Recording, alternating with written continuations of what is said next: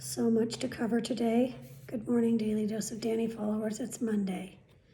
I didn't post on Friday. Literally, Friday, Saturday, Sunday, I've been in a cycle of pain, drug addiction, pain, drug addiction, pain, drug addiction. I'm not addicted to the drugs, I'm just addicted to the relief. But some shit went down this weekend, some big shit. Let's hit the highlights. First of all, rest in peace, Regis Philbin. I watched him every morning. My girls were babies. That was part of our morning routine. While I was diapering and feeding and holding and loving and caring and scrambling after. Regis and Kathy Lee were my morning vibe. And then Who Wants to Be a Millionaire? Of course, I was positive that I could be a millionaire. I knew so much. So many answers. I'd even got my group together, who was my phone a friend. I was vibing with that show. I never got on. Of course, John Lewis, his procession across the bridge where he was part of that Bloody Monday. I think it was a Monday. Anyways, John Lewis, rest in peace, you beloved soul. I have a bruise on the back of my hand because in a rageful argument to try to brainwash my family, I hit the table hard. And because I'm so fragile, it bruised the top of my hand, even though I hit the table like that. Anyways, time marches on. There were 2 hurricanes over the weekend that made landfall. Hurricane Hannah hit Texas and blew down that motherfucking wall. Blow down that wall. Blow down that wall. Hurricane Hannah hurt us. Hysterical. And then there was Hurricane Douglas, old Doug, trying to fucking go on vacation in Hawaii. High winds, lots of rain. He didn't hurt anyone or anything. Just gave out really nice sunsets. Sorry, Doug. We're in quarantine. You can't vacation in Maui. There's been some defiance against Putin. I better cross things off because you know me, I'm a nutbag and I'll repeat shit. There's been some defiance against Putin, positively unheard of. That fucker has 60% popularity rate, but there were some protests over the weekend and, of course we support those people. Sports are back. Yay, you can watch baseball. You can watch all the teams with their kneeling people during the national anthem. And you can spit it out, you white supremacists. But it's happening. And it's televised. And you got to live with it. WNBA, though, their vibe is bigger than all of them. They walk out, they do introductions, they start the national anthem, they file back into the locker room. Beat that. You can't. Our lovely AOC, who we think, I'm just looking, there's a guy walking up my driveway. Hello, who are you? Wiggins Electric. I don't know what he's fixing. I don't know what's broken. I know nothing about what's happening. Hi, Sean. So AOC kicked collective ass when she made her speech against that trick ass motherfucker who called her a fucking bitch. She was like, my parents didn't raise no bitch. The speech is unbelievably awesome. Listen to it. She's the future. Her vibe is the future. If you don't like it, time to pack your shit. Okay, Corona. Can we make you into some sort of caricature that resonates as the worst thing that's ever fucking happened? And California's in first place. Golf clap. We have the most fucking cases. What the actual hell is going on here? People, pull it together. Wait, I know a solution. Wear a fucking mask. Oh my God. Stop it. Stop it. Stop letting this fucking thing spread. Stop getting together in groups. I mean, I can list some people right now that I'm so mad at. Why? Why are you collecting together? Why are you celebrating together? Why are you touching each other maskless? Why are you hugging each other maskless? Why are you standing side by side maskless? No one cares what your lipstick looks like. Put a fucking mask on. Okay? The Senate is set to pass $1 trillion in funding. It's going to include a second round of stimulus checks, even though Lamar, what's his last name? Anderson? I don't know, Lamar Anderson, I think it is, doesn't want people to get these stimulus checks. He says if we give them another $600, which is sometimes more than they make if they were working, he doesn't want that to happen. They're not working. These people they can't feed their families. They're in jeopardy of losing their homes. And you can't give them $600 because you think they should be working? Where do you want them to work? Do you have a job for them? I fucking hate that asshole. Even his little doughy face makes me want to cry. Another person we lost over the weekend, Olivia de Havilland, she lived to be 104. She died in Paris. Just as an aside, I'm going to say that if you're a woman and you want to live to be over 100, you need to move to Paris. There's something in the water there that makes you live over 100 to over 100 years old. It's just something that I've noticed. It's a trend that I'm seeing. Now what? I don't know what's going on outside my house. Olivia de Havilland, gone with the wind. Rest in peace.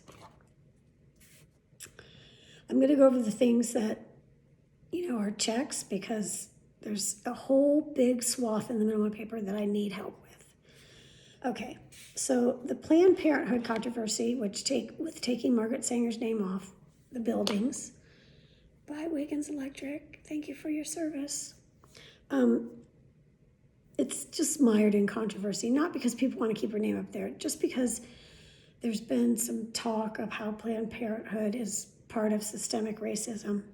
And I read 3 articles this morning, but the one line in one article that really resonated with me is that the job of Planned Parenthood is to reduce the demand for abortion, not the supply. Reduce the demand, not the supply. Let's give some thought to that. Abortion is legal. Planned Parenthood is not a proponent of abortion. They are just a place where you can get safe abortions.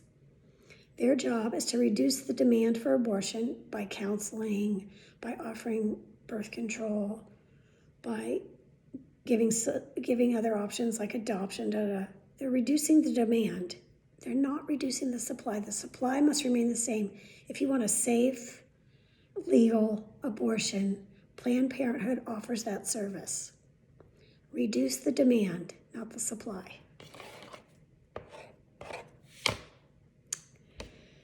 Andrew Yang, he's brilliant.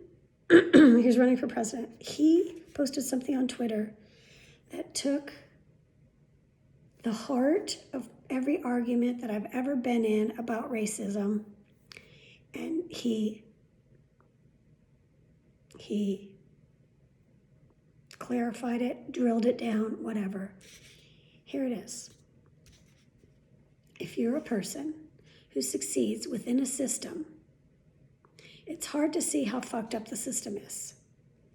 So if you're a white man who's successful and you have succeeded within a system, meaning you worked hard, you may or may have not gotten help, but you created something for yourself, whether that's a successful business or a successful lifestyle or whatever, you succeeded within a system. It's hard for you to believe that the system is fucked up. If you succeed within a system, it's hard to see how fucked up it is. I don't want to misquote him, but it can be said a million different ways. The bottom line is, you can't see racism if you're successful within a system that's racist. You can't see it because you're successful. If you succeed within a system, it's hard to see how fucked up that system is. The strength and clarity of that statement is unbelievable. All right. So I'm going to admit right here on my forum that I had no idea. I don't have any idea, and I still am a little unclear on what is happening in Portland and why. Now, I read 3 articles this morning about these protests. And from what I can tell, and I welcome your feedback. Peaceful protests against police brutality started in Portland, Seattle, Aurora, Colorado, Oakland, California, Richmond, Virginia, and Austin, Texas. Peaceful protests are going on everywhere. We're still protesting police brutality and unjust system for our Black and brown Americans. The protests have been primarily peaceful. Yes, there's a ragged fringe group of people that want to destroy shit. Whether or not there was a protest, these people want to destroy shit. The protests are providing cover for their fucked up behavior. The organizers of the protests do not support the destruction of property. They don't support the graffiti on the buildings. They don't support the trash can fires. They're peacefully protesting. There is power in the protest. Now, the guy in the White House feels the floor trickling apart underneath his feet. He is in fear for his second term. He has these moments of clarity where he says, I might fucking lose. Now, in doing that, he thinks I'm the law and order president. He sends federal troops into these cities. Portland is the one city that we're going to talk about. He sent federal troops in there to quell the protests, to get rid of these people that are doing all the damage. These are 2 separate things, the protesters and the destroyers.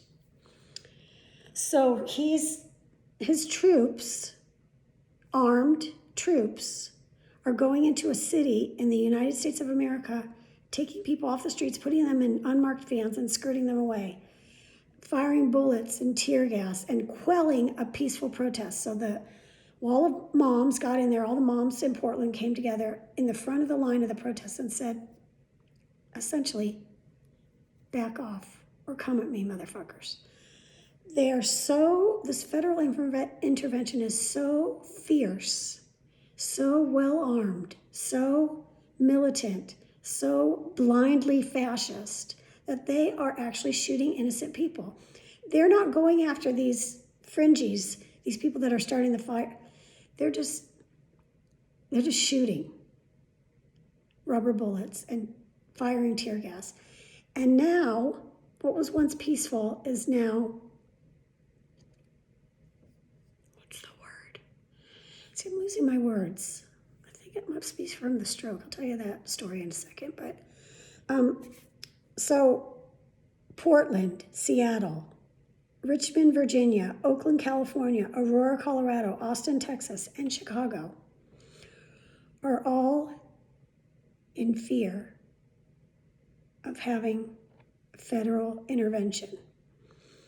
Now, Oakland, California, which is here and close to me, the mayor of Oakland said, we are doing exactly what the Trump administration wants us to do. We're destroying shit. We're making a mockery of the protests. And there probably will be federal intervention. People. Protesting is legal. Peaceful protesting has power. The minute you turn it into something else, you risk this fascist regime coming down hard on you. All these federal troops have to do is declare that there's a riot, and they have free will.